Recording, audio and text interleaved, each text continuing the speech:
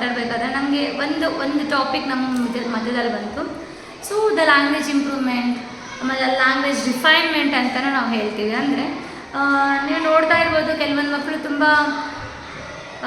ಬ್ಯಾಡ್ ವರ್ಡ್ಸ್ಗಳನ್ನ use ಮಾಡ್ತಾ ಇರ್ತಾರೆ. ಅದು ನಮಗೆ ಆ್ಯಕ್ಚುಲಿ ಸ್ಕೂಲ್ ಒಂದು ಕ್ಯಾಂಪಸಲ್ಲಿ ಮಾತಾಡಿದಾಗ ಬೇಜಾರಾಗುತ್ತೆ. ಯಾಕಂದರೆ ಅಷ್ಟು ಚಿಕ್ಕ ಮಕ್ಕಳಿಗೆ ಅಷ್ಟೊಂದು ನೆಗೆಟಿವಿಟಿ ವರ್ಡ್ಸ್ ಎಲ್ಲಿಂದ ಬರುತ್ತೆ ಅನ್ನೋದು. ಸೊ ನಿಮಗೆ ಗೊತ್ತಿರೋ ಪ್ರಕಾರ ಆಲ್ರೆಡಿ ತುಂಬ ವಿಡಿಯೋಸಲ್ಲಿ ಹೇಳಿರೋದು ಒಂದೇ ಒಂದು.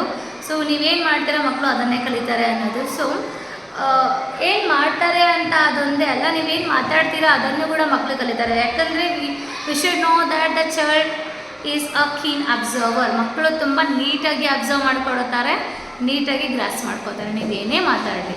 So please, if you want to talk any negativities on, you have a conflict between some people, you want to quarrel with them, you can do it, but please do it outside.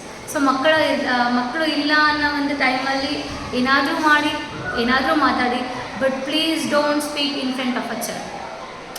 ಅದು ಹೇಗಾಗುತ್ತೆ ಅಂತ ಅಂದರೆ, ನೀವು ಯಾರ ಬಗ್ಗೆ ಮಾತಾಡ್ತಾ ಇರ್ತೀರಾ, ಯಾವೊಂದು ಪರ್ಸನ್ ಬಗ್ಗೆ ನೆಗೆಟಿವಿಟಿ ಮಾತಾಡ್ತಾ ಇರ್ತೀರಾ, ಆ ನೆಗೆಟಿವಿಟೀಸ್ ಮಕ್ಕಳ ತಲೆಯಲ್ಲಿ ಕೂಡ ಹಾಗೆ ಹೊಡೆದೋಗುತ್ತೆ.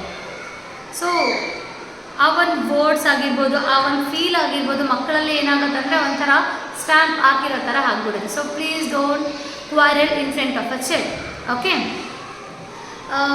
ದೆನ್ ಅನದರ್ ಥಿಂಗ್, ಇನ್ನೂ ಒಂದು ಲ್ಯಾಂಗ್ವೇಜ್ ಇಂಪ್ರೂವ್ಮೆಂಟ್ ಆಗಬೇಕು ಅಂತ ಅಂದರೆ the main thing is you have to read out a story, you have to narrate a story. ಒಂದು ಸ್ಟೋರಿನ ಅವರಿಗೆ ದಿನಾಲೂ ಹೇಳ್ತಾ ಹೋಗಬೇಕು.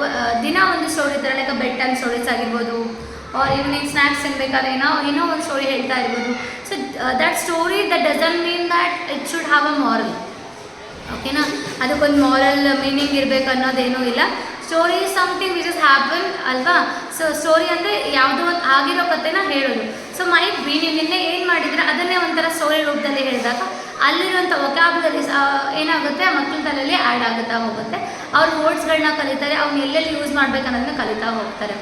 And only one tip I need to give you is, usually ಮಕ್ಕಳು ತುಂಬ ಚಿಕ್ಕವ್ರು ಇರಬೇಕಾದ್ರೆ ನಾವೇನು ಮಾಡ್ತೀವಿ ಅಂದರೆ, ಯಾವುದಾದ್ರೂ ಒಂದು ವರ್ಡ್, ಫಾರ್ ಎಕ್ಸಾಂಪಲ್ ಯಾವುದೋ ರಿಲೇಟಿವ್ ಬಂದಾಗ ಅವ್ರಿಗೆ ಏಕವಚನದಲ್ಲಿ ಮಾತಾಡಿದಾಗ ನಾವೇನು ಮಾಡಿದ್ರೆ ತುಂಬ ಖುಷಿ ಪಡ್ತೀವಿ. ಲೈಕ್ ಅದು ನಮಗೆ ಒಂಥರ ನಗೆ ಪಾಟಿಗೆ ಅನಿಸುತ್ತೆ, ಕಾಮಿಡಿ ಅನಿಸುತ್ತೆ ನಮಗೆ ಆ ಒಂದು ಕ್ಷಣದಲ್ಲಿ. ಬಿಕಾಸ್ ಅದು ಚಿಕ್ಕವರು ನಮ್ಗೆ ಅಷ್ಟೊಂದು ಸೀರಿಯಸ್ಸಾಗಿ ತೊಗೊಳ್ಳಲ್ಲ, ಬಟ್ ಯೆಟ್ ಅದನ್ನು ಸೀರಿಯಸ್ಸಾಗಿ ತೊಗೊಳ್ಳೇಬೇಕಾಗುತ್ತೆ. ಯಾಕಂದರೆ ಅದೇ ಒಂದು ಥಿಂಗ್ ಅವರೊಂದು ಸಬ್ಕಾನ್ಷಿಯಸ್ ಮೈಂಡಲ್ಲಿ ವರ್ಕ್ ಆಗ್ತಾ ಹೋಗುತ್ತೆ. ಸೊ ಇನ್ನೊಂದು ಅದೇ ಸಿಚುವೇಶನ್ ಬಂದಾಗ, ಯಾರೋ ಬೇರೆ ವ್ಯಕ್ತಿ ಬಂದಾಗ ಅದೇ ಒಂದು ವರ್ಡ್ ರಿಪೀಟ್ ಆಗುತ್ತಾ ಹೋಗುತ್ತೆ. ಆಮೇಲೆ ಇದನ್ನು ಅಬ್ಸರ್ವ್ ಮಾಡಿದರೆ ಕೆಲವೊಂದು ಪೇರೆಂಟ್ಸ್ಗಳಲ್ಲಿ ತುಂಬ ಕಾಮಿಡಿಗೋಸ್ಕರನೇ ಅದು ಅನ್ನು ಇದು ಅನ್ನು ಅಂತ ಹೇಳ್ಕೊಡ್ತಿರ್ತಾರೆ. Means it might be a comedy, but please mind it that there subconscious mind is working on. ಅವರ ಒಂದು ಮೈಂಡ್ ವರ್ಕ್ ಆಗೋದು ಇವಾಗ ಸಬ್ಕಾನ್ಷಿಯಸ್ ಮೈಂಡಲ್ಲಿ. ಮಕ್ಕಳು ಒಂದು ಟಾಡ್ಲರ್ ಸ್ಟೇಜ್ ಅಂತ ಏನು ಕರಿತೀವಲ್ವ, ಸೊ ಕಂಪ್ಲೀಟ್ ಅವರ ಒಂದು ಏನೇನು ದಿನನಿತ್ಯ ಆಕ್ಟಿವಿಟೀಸ್ ನಡೀತದೋ ಅವೆಲ್ಲವೂ ಕೂಡ ಸಬ್ಕಾನ್ಷಿಯಸ್ ಮೈಂಡಲ್ಲೇ ನಡೀತಾ ಇರುತ್ತೆ.